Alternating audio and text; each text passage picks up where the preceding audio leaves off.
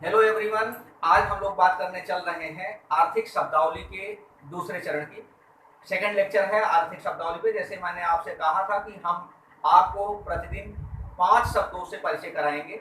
5 शब्द ऐसे जो आपके सामने आते तो हैं, लेकिन आप कई बार उसकी व्याख्या करते समय या उसको समझते समय जब पढ़ते हैं तो आपको उसके वास्तविक अर्थ ज्ञात नहीं होते हैं।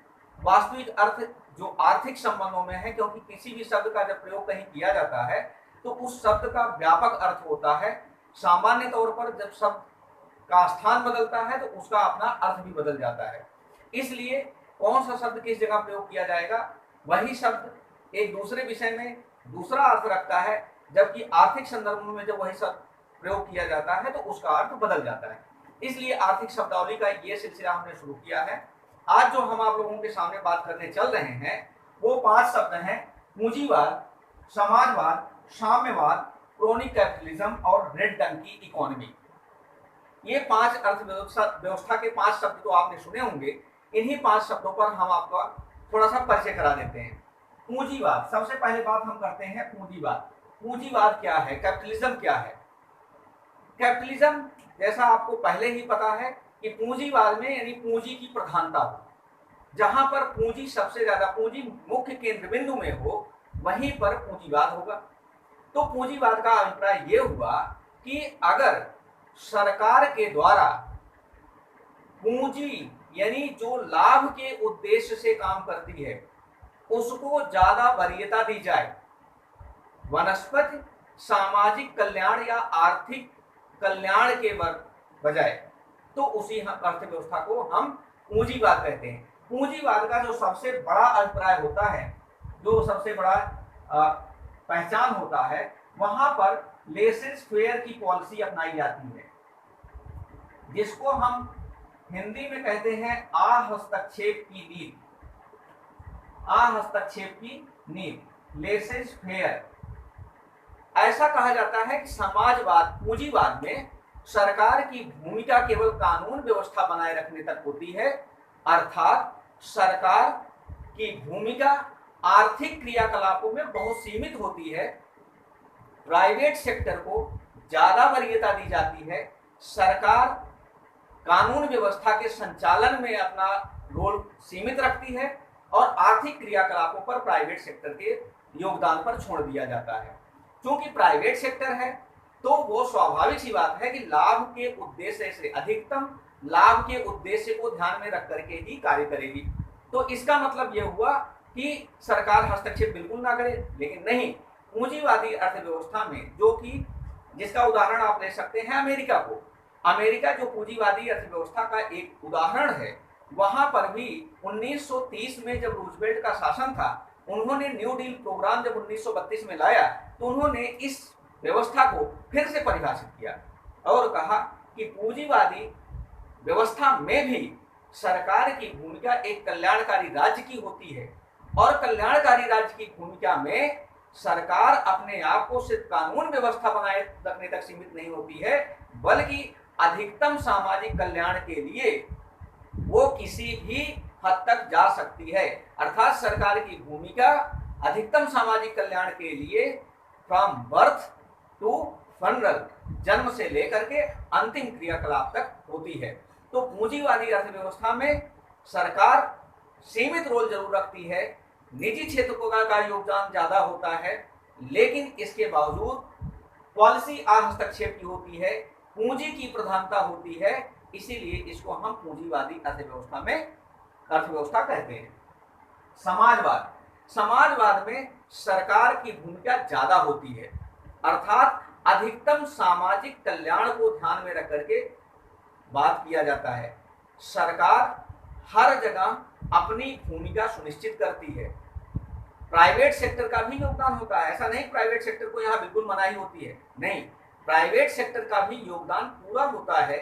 लेकिन प्राइवेट सेक्टर के ऊपर सरकार निगाह रखने के लिए रेगुलेटरी बॉडी बनाती है। जैसे भारत में आप उदाहरण ले सकते हैं कि जब बीमा क्षेत्र को नए निजी क्षेत्रों के लिए खोला गया, बीमा क्षेत्र पहले सरकारी कंपनियों के लिए था, लेकिन जब वहां निजी क्षेत्र की भागीदारी सुनिश्चित की गई तो निजी क्षेत्र और सरकारी क्षेत्र दोनों पर नियंत्रण रखने के लिए आईआरडीए एक नियामक संस्था बनाई गई, रेगुलेटरी बॉडी बनाई गई, जिसका नाम दिया गया आईआरडीए।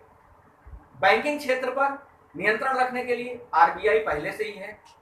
आप सेबी मार्केट या शेयर मार्केट में नजर रखने के लिए सेबी पहले से ही है।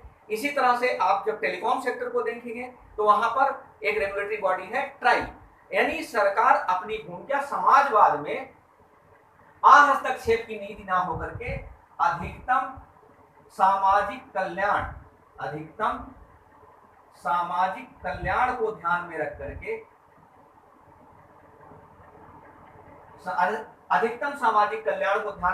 सरकार अपनी भूमिका तय करती है। यानी यहां सरकार का रोल ज्यादा होता है। साम्यवाद समाजवाद का ही विकसित और निरंकुश रूप होता है। साम्यवाद में शासन प्रणाली निरंकुश हो जाती है तो उसी को साम्यवाद कहते हैं। समाजवाद में कहा जाता है each according to its ability, each according to its capability, जबकि साम्यवाद में कहा जाता है each according to its ability and each according to its need. अर्थात यहाँ पर आप बात कर सकते हैं कि अर्थव्यवस्था में आपको आपकी आवश्यकता के अनुसार ही प्रतिफल मिलेगा। यानी साम्यवाद एक रूढ़िवादी व्यवस्था है, निरंकुश शासन प्रणाली है, और यहाँ पर आप जानते हैं कि साम्यवाद का जो अगुवा है वो चीन है और रूस है। दो देश ऐसे हैं जो साम्यवादी देश हैं पूरे विश्व में, उदाहरण के तौर पर प्रस्तुत किए जा सकते हैं। अब इसके बाद आते हैं क्रॉनिक कैपिटलिज्म पर। क्रॉनिक कैपिटलिज्म बहुत ही चर्चित विषय रहा है, खास करके भारत के संदर्भ में, और खास करके विश्व के और कई देशों में क्रॉनिक कैपिटलिज्म सब इस समय चर्चा में आया। तो इसको हिंदी में कहते हैं अंतरंग पूंजीवाद या सहचर पूंजीवाद। इसका मतलब यह है कि जब कोई भी प्राइवेट सेक्टर किसी सरकारी संस्था को अपने इतने प्रभाव में ले ले कि सरकारी संस्था उस प्राइवेट सेक्टर को, किसी कंपनी को, किसी उद्योग को या किसी क्षेत्र विशेष को, व्यक्ति विशेष को ध्यान में रख करके कानून में परिवर्तन कर दे, या किसी कानून का व्याख्या उसको ध्यान में रख करके उसको लाभ पहुंचाने के लिए कर दे। अर्थात अगर किसी भी उद्योगों के प्रति राजनीतिक जो अधिकारी हैं, जो अधिकारी वर्ग है, अगर वो राजनीतिक नेतृत्व जो है वो किसी एक व्यक्ति विशेष या किसी उद्योग विशेष का पक्षधर लेकर के और निर्णय लेकर के पॉलिसी बनाता है तो उसको हम क्रॉनिक कैपिटलिज्म कहते हैं, सहचर पूंजीवाद या अंतरंग पूंजीवाद या सुहृदय पूंजीवाद। अर्थात उन जो नियामक संस्थाओं के अधिकारी हैं उनका हृदय उसके प्रति बहुत नरम है बाकी के लोगों के प्रति। अगर एक समान नियम सबके लिए बनाए जाए तब तो ऐसा है कि वो एक सामान्य अर्थव्यवस्था की बात हो गई, लेकिन क्रॉनिक कैपिटलिज्म में किसी एक व्यक्ति विशेष को ध्यान में रख करके बात किया जाता है, उसी को सहचर पूंजीवाद कहते हैं। एक शब्द और सुना होगा आपने, रेड डंकी अर्थव्यवस्था। रेड डंकी अर्थव्यवस्था जो होती है ये पूरे विश्व में ऐसी पिछड़ी अर्थव्यवस्थाओं को कहते हैं कि जहां पर ग्रोथ रेट बिल्कुल नगण्य होती है। अब आप ये मत कहना शुरू कर दीजिएगा कि अगर लॉकडाउन का पीरियड रहा है तो लॉकडाउन में पूरे विश्व में लॉकडाउन रहा है और उस समय ग्रोथ रेट 0 हो गई तो ये सारी अर्थव्यवस्थाएं रेड डंकी अर्थव्यवस्था हो गई। नहीं, ये परिभाषा नहीं है। परिभाषा का यहाँ पर रेड डंकी का मतलब है जहां ना तो ग्रोथ के लक्षण पहले से मौजूद थे, ना वहां संभावना पहले थी, ना अब है, और ना भविष्य में कोई होने की उम्मीद ही है, ना तो वह कोई विशेष प्रयास ही किया जा रहा है। तो ऐसी अर्थव्यवस्थाओं को हम रेड डंकी अर्थव्यवस्था कहते हैं। तो आज इन्हीं 5 शब्दों पर हम आपको विराम देते हैं। आपसे एक और विशेष अनुरोध है कि अगर आपको इन शब्दों पर आधारित प्रश्न की या हमारे लेक्चर पर आधारित प्रश्नों का प्रैक्टिस करना है तो आप हमारे टेलीग्राम चैनल पर जुड़ करके हमसे व्यक्तिगत प्रैक्टिस सेट ले सकते हैं। पीडीएफ फॉर्म में हम आपको देंगे, प्रैक्टिस कीजिए और इसके बाद उस पर अगर कोई आपको डाउट रह जाता है तो आप हमसे संपर्क कर सकते हैं। कमेंट के माध्यम से या किसी और माध्यम से, जैसे भी आप संपर्क करना चाहें, हम आपको आपका उत्तर जरूर देंगे। आज के लिए इतना। अगले लेक्चर में मैं जो बात करने चल रहा हूं वो बात करूंगा एक खुली अर्थव्यवस्था की, बंद अर्थव्यवस्था की, एक आश्रित अर्थव्यवस्था की, परस्पर निर्भर अर्थव्यवस्था की। तो आज के लेक्चर बस यहीं तक। बहुत बहुत धन्यवाद।